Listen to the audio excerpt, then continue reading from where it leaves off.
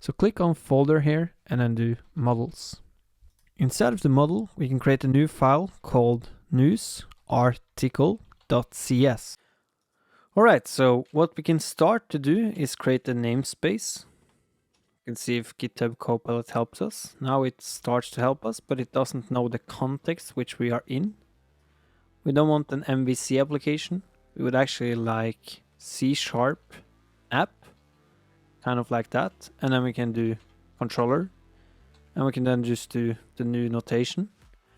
And we don't want using system up there, but we want a public class of the name news article. As you can see, it starts to help us, and then controller like that.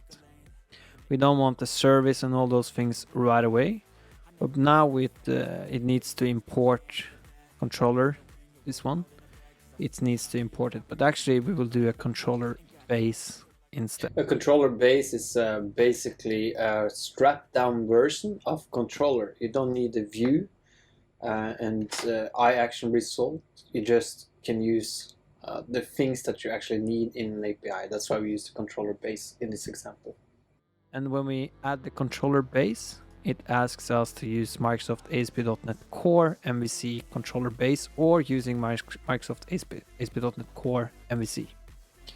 So the one it will be working, and then we need this guy to be able to actually have some stuff in the class. So now it starts to help us, so we can do tab for HTTP GET. That's actually totally fine.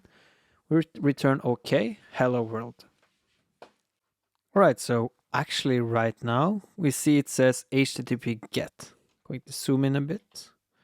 Alright, so now we have public iAction result and then get. But we don't have any way to get it. Do you remember the attribute we had the other time on the weather forecast controller? That's what we need. Now I have added route API controller. The controller stands for whatever controller we have here. And I like to add API just to show it's an API. Okay, so now if we actually hit this debug, we can click here and we can run it. Alright, so you can see localhost 5008, but there's nothing here. But if we add API and then news article, you can see it says hello world. Alright, so our API is not doing anything more than actually printing out hello world. If you want, we can go back to the drawing screen again. Now we have everything set it up. We have installed Visual Studio Code. So we now actually have an API already in store for us. It's hosted locally. That's why I draw it like this. So you can see it's kind of in the cloud, but it's actually hosted on our machine right now. And what we are using is we are using Chrome to basically go to the URL, the address, which are up here, HTTP and then colon and then localhost. And then we have the port number here, 5005 or something like that. But the important thing is that we also have API here and the route. The route comes here. And what we get back is basically just hello world, because that's what we have told our API to actually print out. Hello world. We can make it more fun by actually printing out some information. So remember the models folder that we have here? Right now we have nothing in it. So we can copy this namespace here, put it here, and instead of have controller, you can just say models and then public class news article and give it some stuff like that. Now we can see finally Copilot is starting to get the hang of what we are trying to achieve. So it comes up with some good things. We get an ID, we get the title, we get the content, we get author, and we get datetime date. Actually, these things are quite nice because that's what we kind of need. Right, so we got an ID. We have a title. We also have content. We have author, like who wrote the article. And we also have a date. And all of these are the properties that we have inside of our class. Right now, it's just a class which just holds information about these properties. But what we would like to do is to use all these properties to make our API basically return back a news article. So we would like a news article instance, and we want our API to grab that instance and basically return it to our browser up here. So then instead of saying hello world, we would like to just say ID would be like a grid, for example.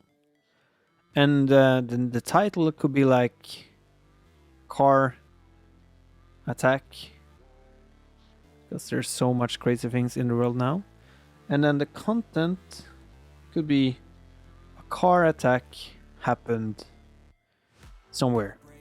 Okay. So that's the drawing board again. And that's actually what you're seeing here. We have an integer of ID, a title, a content, an author, and a date.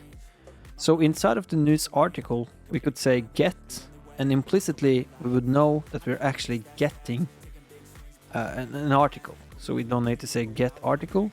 But for now, we can then just say var new, like a news article. But we would like to basically just do it. So news article, like that. Like that. News article is equal to a new news article. And it will be some problems here because we don't have the namespace. So hopefully it will ask us about it. We can see we have news article here. We have C# app models. So basically we need to use the namespace. There.